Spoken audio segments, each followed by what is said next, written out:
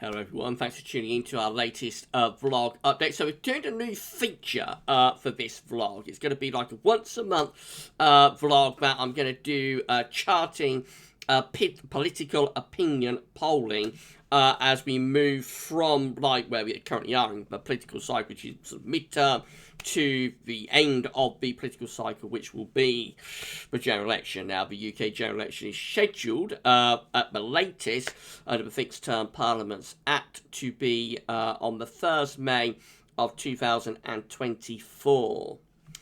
However, it looks like the Fixed Term Parliaments Act is going to be repealed, and so the possibility of calling a general election will be handed back to whoever happens to be the Prime Minister of the day. It'll be there within their gift, to call a general election, as was the case up to 2010. And so it's quite likely in that same sense that the election will probably be a little bit earlier than like the very end of the Parliament, May 2024. So the general election could be once the Act is repealed, which will be in a few months' time, it could be sort of next year.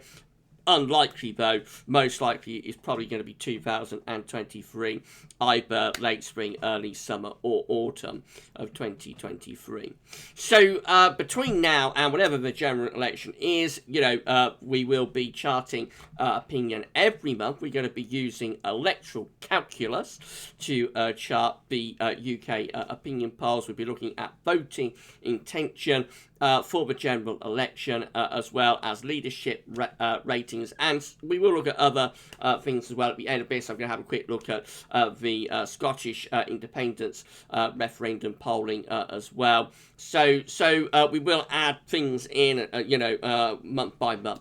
But the two primary things that we're going to look at will be, of course, voting intention opinion polls for the general election, and also leadership ratings between Boris Johnson and Sir Keir Starmer, the leaders of the Conservative and Labour parties. So I shall get on with that for you very shortly. If you enjoy the vlogs on the channel, then please like, share, subscribe. Let me know in the comments what you think about this new feature. You can, discuss politics in the comments if you want with one another, as long as you keep it friendly. I will not be joining in with the political discussion, because I think, as an analyst, it's important that I sort of stay above the fray, if you like, so that I'm giving an objective opinion. So you will not be hearing my own personal political views in these vlogs. But if you want to have a chat with yourselves and discuss politics, as long as you keep it friendly, then you can certainly do that. Right, so let's move over to Electoral Calculus. So this is it then. It's one of the best websites, for charting political opinion and making projections and predictions for the UK general election.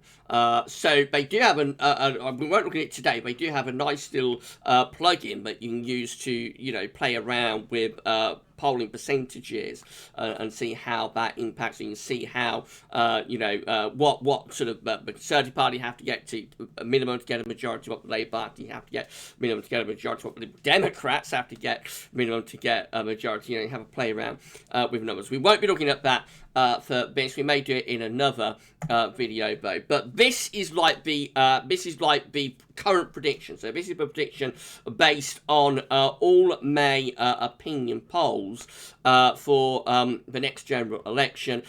So the current prediction is for a Conservative majority of 60 seats. So that's a little bit down on the majority that they got in December 2019. We've got 80 seats, but it is still a very, very hefty and healthy majority. So I'm just going to turn webcam off so that you can see the full prediction. There we go, so I'm not obscuring the view. So, of course, we have the Conservatives on the top, of course. So they put in like the what they got, the vote share they got last time, 2019. They got 44.7%, 45% of the vote in December 2019. That's the biggest voting percentage the Conservative Party has had, I think, since 1970. The 1970 general election, which translated into 300 365 seats. The current projection based on the opinion polls during May 2021 is that they're going to get 43.5% of the vote. So that's a little bit down, slightly down on what they got in 2019, but only very slightly. It's only like 1.5 percentage points down. There is a margin of error, of course, with the projections. So on the low side, they could come away with 272 seats. On the high side, they could come away with 431 seats. That would be an absolute landslide, of course, if any party gets into the 400s, so you're talking about a majority well over 100 seats. The central projection is that they get 355, which is a little bit down, 20 down on what they got. 10 down on what they got in 2019. For the Labour Party, so Labour in 2019 scored 33% of the vote, but only got 203 seats. So for the share of the vote, the Labour Party did their worst since 1983, but not worse than 1983. Not as bad in percentage terms as 1983, but for seats they actually did worse than 1983. That result, 203 seats for the Labour Party in December 2019, was their worst result in terms of seats since 1935. Absolutely terrible in terms of the number of seats that they had after the 2019 general election. The projection for the coming election, be it 2023 or 2024, is that they get 33.8%. So it's slightly up. It's a slight movement. It's gone around 1% up. It's a little bit of an improvement, but only very slightly. The margin of error means that on the low side, they could come away with as little as 143 seats. Obviously, that would be a disaster. That would be their worst, so probably since 1918 or something, I would have thought. On the central projection, they get 211 seats, so a little bit up on the 203 they got in 2019, but only barely. And on the high side, they might get 293 seats. So on the high side, on their best day, they are very slightly ahead of the Conservatives on their worst day. But of course, it looks very strongly at the moment as though the Conservatives are in the ascendancy, with the projection giving them a majority of 60 seats. I think that's something like a 1 to 2% swing from Conservative to Labour. So there is a very, very slight swing there from Conservative to Labour, but only very slight. The Liberal Democrats are doing worse than they did in 2019 currently. So they got 11.8% with 11 seats in 2019. The current projection has them on just 7.7% with only 6 seats. Reform, they don't get a seat. They barely register. The Greens, they're up on their 2019 score, but only get 1 seat out of that. I suppose that's going to be Caroline Lucas's seat. The SNP are barely moved, so they're on 4% in 2019, on 4.2%. Their seats do go up a little bit by the projection from 48 to 55 seats. And then we've got Plaid and others and DUP and so on as we come down here, SCLP, Alliance, and so on. So the central projection for this month's, blog is Conservative majority of 60. We will be charting how this changes, whether it goes up, whether it goes down over the coming months up to general election. These are all the opinion polls that projection is based on. So there have been all of these opinion polls during May. There was 1, 2, 3, 4, 5, 6, 7, 8, 9, 10, 11, 12, 13, 14, 15, 16, 17, 18, 19 opinion polls during May 2021. These are the various leads that we see for the Conservative Party. Note that all of them do have the Conservative Party in the lead. The lead is as small as just 2% down there from Redfield Wilton, and is as big as 15%, as large as 15% there from YouGov. Generally, YouGov are having the Conservatives higher than a lot of the other polls, although we have got, for example, Redfield Wilton strategies with an 11% lead for the Conservatives there on the 31st May. Savanta Comres with a 10% lead. It also generally the trend for the Conservatives was upwards as May went along. There's actually an 18% lead there for the Conservatives from YouGov again on the 19th of a poll conducted on the 19th to the 20th of May, giving Conservatives like 46% of vote to Labour on 28th. That would be an even worse performance for Labour and an even better performance for the Conservatives than on 2019, and would lead to a landslide majority of over 100 seats for the Conservative Party. Of course, that's very much on the high side. These down here very much on the low side. So I think the Conservative lead is probably somewhere around double digits, probably around 10, 11, 12% if you was to average out all of those. That's on Wikipedia. By the way, all of the links to websites used for this blog are to be found in the description. This is quite interesting. This is a graph charting political opinion from the general election from December 2019 onwards. So you can see that in the early, so we've got dates on the side, of course. It's very much like the day job, isn't it? Very much like the day job, this. I think we put webcam back on, actually, for this bit. This is very much like the day job. You know, going through the data, going through analysis. So you see we've got the percentages on the side, and got the dates in monthly periods on the bottom, where you heard that before. In January 2020, at the beginning of the Parliament, we have the Conservatives just there, we have Labour just there. You notice that this is very much governed by the pandemic. You notice as we go through the spring into early summer of 2020, when we're in the absolute pit of crisis, Boris Johnson is very ill, of course, as well, during that spring. The Conservative Party happens enormously. They go above 50%, with Labour going under 30%. Through the late summer into the autumn, there is quite a significant narrowing of the Conservative to Labour gap, and as we get through to the end of the year, into the beginning of 2021, we actually see Labour and Conservatives sort of coming very close together, almost crossing over with one another, somewhere in the high 30s, since when the gap has been widening again. So at the narrowest point, we virtually get the Labour and Conservative parties together around Christmas, you know, right at the peak of the second wave, I suppose.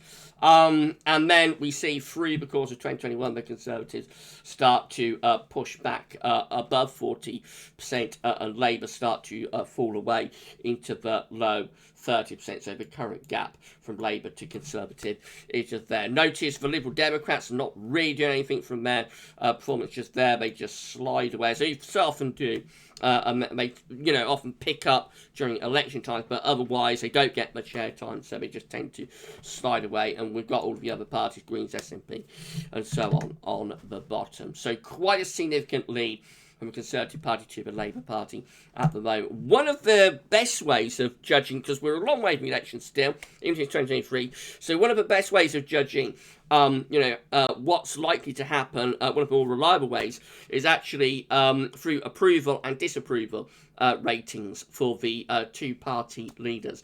So this is for Boris Johnson for December. So these are all opinion polls conducted in December for approval and disapproval. So approval just there, disapproval just here. Notice that in December 2010, we have strong disapproval ratings for Boris Johnson. You can see all of the red here in the net approval rating column, showing that in December, Boris Johnson was actually pretty unpopular, especially later on in the month, where his approval really goes down into like a net disapproval rate, or a net approval of -19%.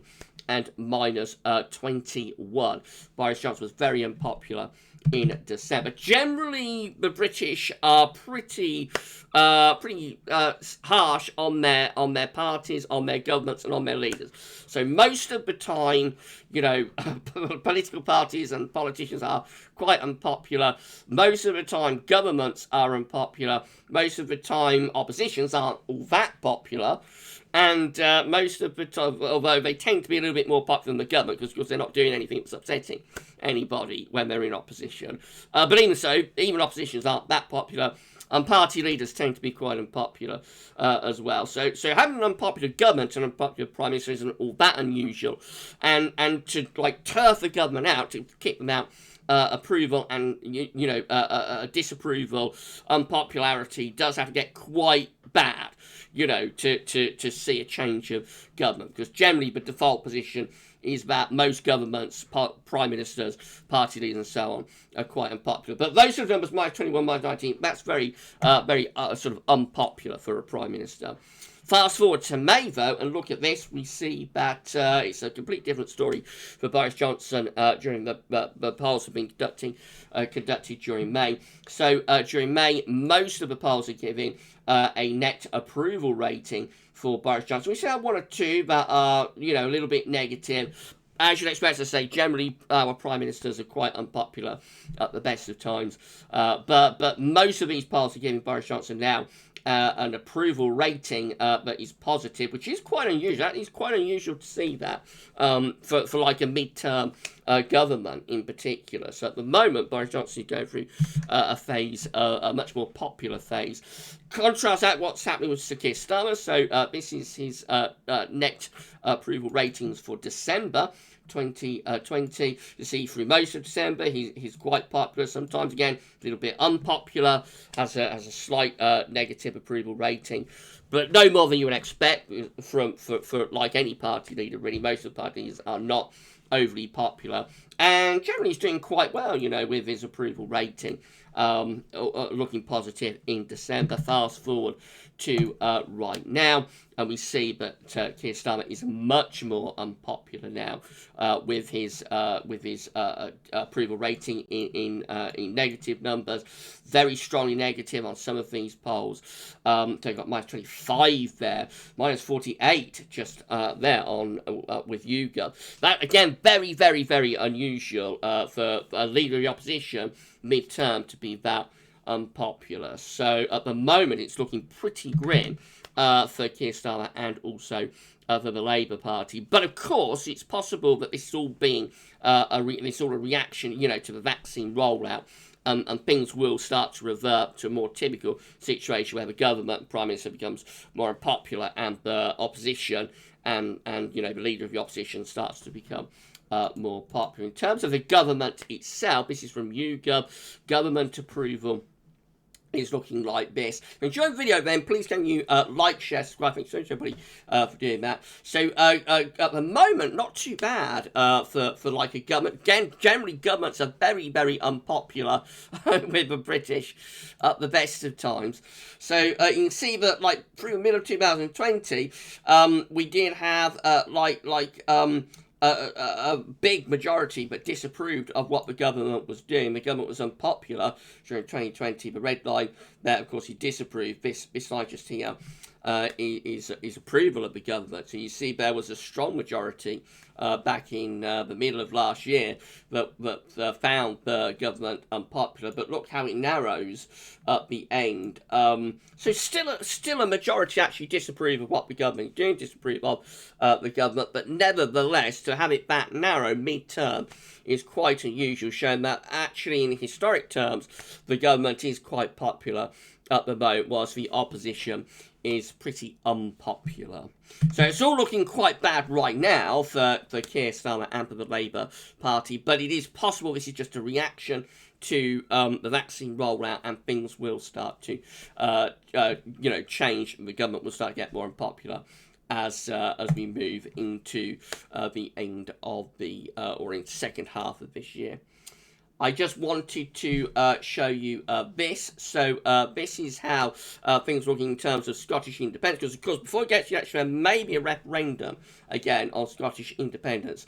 So we can see that back in March, there was actually a majority in favour, or many of the polls in March showed a majority in favour of Scotland becoming independent. Yes, this column just here showing Leeds, in March. The green column just there again shows size of Leeds. So for example, in this poll, 29th March, 4th April, we have 49% saying yes to independence for Scotland against 45% saying no. Which leads to a 4% majority for Scotland becoming independent. There are a few that are saying no earlier on in March, and then generally as we go through March, the number of polls that say yes to independence for Scotland increases.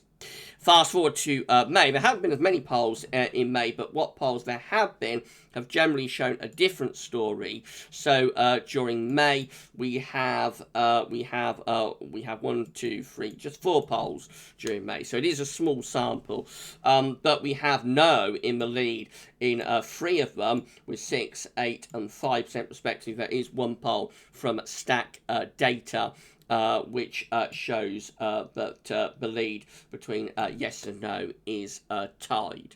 But it does look as though, as we've gone through May, the lead for leaving, for Scotland leaving United Kingdom has reduced and reversed. But again, there's only like 4 polls there, so of course that is a small sample. Okay, so that's it. Let's just go back to here. So, no, go back to there. So the central projection for the June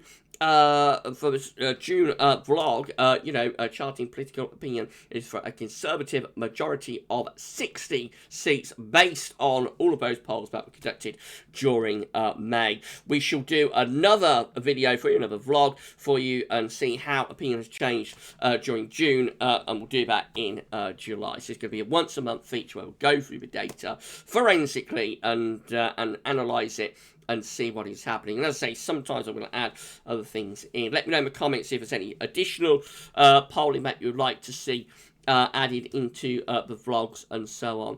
And yeah, so if you enjoyed this vlog, then please like, share, subscribe. If you found it interesting, then please give us a like. Thank you so much, everyone, for doing that. I love going through data. I'm very much a data person. So as I say, I do like the weather is my day job. I love going through the data with weather, and this is all very, very similar. So I'm in my element if I'm going through data. Right, so we're going to do it all over again next month, definitely. So we'll see what the Conservative, or what the projection is. It may show a Labour lead. I doubt it, but it might do. But I think it'll still show like a Conservative majority, but we'll see whether that is up on 60 or down on 60 when we come to do next month's update. And that'll be early on in July.